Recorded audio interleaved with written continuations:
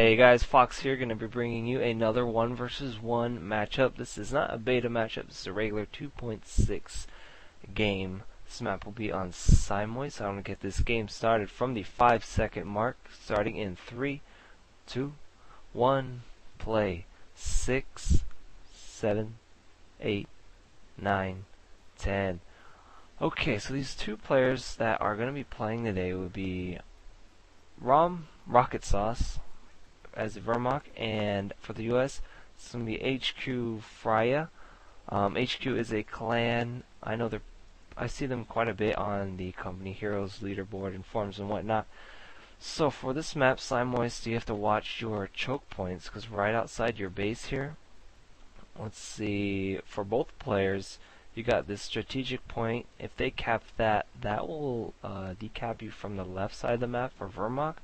And for the US player, be on the right side of the map, and it is so narrow, say like an MG or a mine can really pin you inside your base right there and force you to go on the outer ways of this map, which is a longer running distance. It's pretty predictable where you're going to go, and he can engage you where you want, where your opponent wants, and he can freely cap the map, so you definitely got to watch that entrance outside your base there. For a little background between these two players, Mr. Romrocketsauce, he's level 10. He's actually right next to me on the leaderboards, so I thought it was kind of interesting. But he hasn't been playing for a long time. This probably explains why his level is so low. As HQfriya, his is level 16 US player, so he's definitely up there. And now let's see, we got a Volk squad coming out for the Vermock player and a Rifle squad coming out for the US player.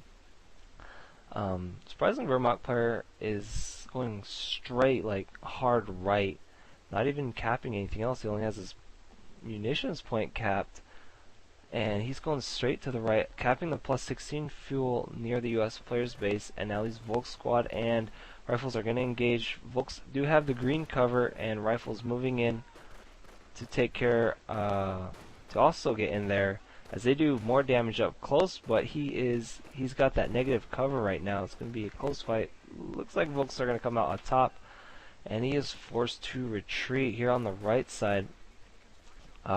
Engineer squad, they can catch these squads, this Pioneer squad capping. He should be able to win that fight, but he takes the, oh no, Engineer squad beats him to that and takes the building next to it. And now he will probably be forced to retreat or run away and cap somewhere else, and he retreats. So not a good start for the Vermock players. He's forced to retreat, and he doesn't have too much capped yet. Now still going to push to the right with one MG squad and an engineer or Pioneer squad, as his second Volk squad is coming out, and he is not reinforcing his current Volk squad. Now let's see, two Rifle squads. Another Rifle squad coming out. Now the second Volk squad has just came out. Now he's reinforcing his current Volk squad. Maybe if you can reinforce that a little earlier, they could have came out at the same time. Taking advantage of this choke point right here. Very nice move with his MG to prevent him from coming down any further.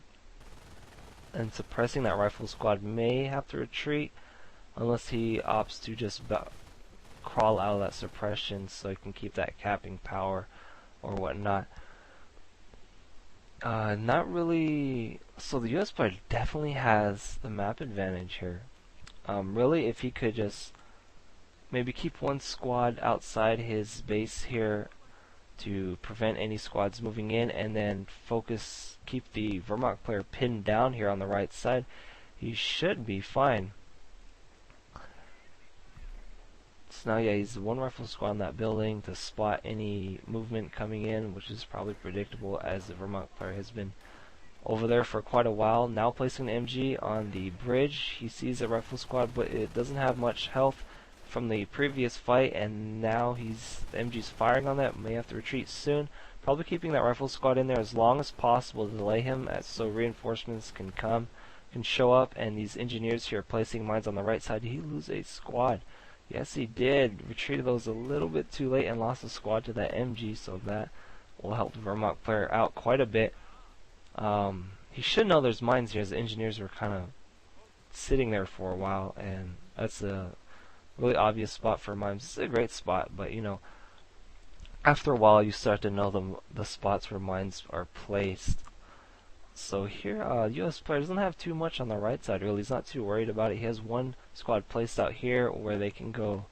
They walk through that water and get negative cover, and the rifle squad can turn around that corner and start firing on them here in the middle. Now we have a flaming engineer squad moving in, and yes, he does have a pioneer squad with the minesweeper upgrade, so he spots that mine, takes care of it, and now the MG's is going to set up and force the US player to hide behind that bush, but rifles accidentally pop out a little bit. He needs to get all of them in there. As one guy gets pinned, your entire squad gets pinned or suppressed. I know it's really weird, but that's how squad mechanics work. Now he's making a great push here on the right side. He's going to have to pull some infantry back, which the US player is doing, pulling in his rifle squad, another rifle squad, but there's an MG set up on the left here. Great MG placement. Preventing any flanking going on here, as the US player now has bars. Will be very deadly if he gets pretty close. Even from a distance they do pretty well, as they have suppression, and if you wanted to opt in for the grenade, suppress and then grenade, do a lot of damage, but it is pretty munition heavy. However, he does have still has a good portion of the map still. VPs are now 400 to 500, and with 3 VPs taking that down, now the Vermont player is taking the 1 VP on the right side. So he's doing a slow, steady push, not getting too aggressive is what he needs to do, and it's working out pretty well for him. He's getting a bunker up, probably going to go defensive, get a magnetic bunker, slowly push into his choke point, and say he gets the US player's choke point, he can't really advance any further, as an MG could stop that very easily, and he should be safe to start capping, slowly capping towards, creeping out toward the middle, as the US player would be forced to go to his left and take that long path to do any fighting or capping. So that's what my prediction is for the Vermont player. He is getting the medic upgrade there, and we have tier 2 for the Vermont player, so you're going to see a lot of grenadiers and pretty much a lot of infantry. And he's building his veterancy thingamabob in his base as well. MG's still doing a slow push there. It's working out very well, pushing the US player back. He can't engage that. 2 rifles now coming out, but will an MG be set up already? And yes, there is an MG in that building. Now, only 1 squad on that flank, so... Oh, and the second MG facing the front now, so he has a really good position here, protecting his front and left. No flanking will be going on here, as all his rifle squads are suppressed. And now engineers are moving in. Let's see what happens here, as they are down to half health. Did walk in that road, wisely hiding behind that building so Volk squad can't fire on them, trying to desperately take out this MG, and he does. Now retreats, and he manages to get the left flank there, and if he could get this building right here, that might be what the US player needs so he can get in there. But they are suppressed. The Volk squad's on the left side and should be able to mop this up. So he does manage to win that fight anyway. Now the Vermont player is slowly, since he knows the US player has pulled most of his squads back to fight on the right side, he's going to ninja cap his pioneer squads, which is great play. If you're a new player, remember, always cap while you're fighting. It doesn't hurt, just to start capping, and if he has like a squad over there, just retreat it, and now there's a squad over there. You're gaining information is what you're doing, and that's what you need. So we can check the US player's tech here. We have a mortar pool coming out, so an M8. I'm guessing the early M8 should come out. No reason for an AT gun, as not sure if you saw that bunker or not, but there's a lot of infantry on the field. And let's see here. So the US Vermont player doesn't have anything to counter an M8 if it came out early. He does have 85 munitions. He could use Panzerfaust if he really wanted to, or possibly place a mine right here. I'm surprised he hasn't brought a pioneer squad to place a mine right there really quick, or start decapping this middle point right there. But there's really no point to decap, no rush, because he's pretty much got everything around that point. So there's nothing you're really cutting him off from except that +5 munition. Now the US player, just like I said, he has cut him off from the front. Now he's forced to go left, and the Vermont player is slowly creeping into the middle. May lose a Pioneer squad right here in the middle, placing a mine to take extra damage, and he does lose that squad. Now the US player may go for a counter cutoff here, which is the best way you could do. Probably going to see a lot of fighting in the middle. Usage of these buildings. May want to get a flaming engineer Pioneer squad for either guy here. Here comes engagement. Grenadier's forced to fall back. Doesn't want to take that damage. Coming from, since it's really, the fight is really close to the Vermont player's base, he could retreat and just walk back over. And so he can fight with his reinforcements. Over here on the right, 2 Volk squad and an MG. Now we have a motor squad actually coming out. That is going to be a lot of help against those bars. If you can get them suppressed or just stalemate them while you're fighting. And then get that mortar squad to fire on them, do a lot of damage here. And now here he is capping the strategic point in the middle. So he's actually, they're both like choking each other over here. It's a great counter for the US player, because he's really held back in his base, went around and went to the Vermox. Now it's not going to cut him off or anything, because US player does have the left side, but that lets your presence be known. So now here on the left side, opening, suppressing 2 MG squads. 1 Volk squad with MP40 is going to move in now and start spraying on them, which is a great time to move in when they're suppressed. And we have 2 squads on the right moving in, forces 1 Volk squad to retreat. He has 1 flaming engineer squad.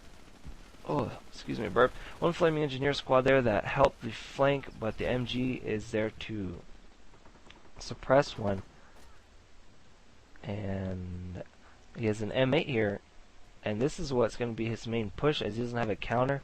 Hopefully he realizes that AT gun's about halfway done. He realized that and now can start pushing in as fast as possible and just start moving these squads out of here so he can establish a more defensive hold. This is going to be really hard to break the Vermox defense when he has an AT gun and MGs all over the place, including that medic bunker, but now he's going to try to kill that medic bunker. Oh, and artillery. So we're going to have infantry coming out for the US player.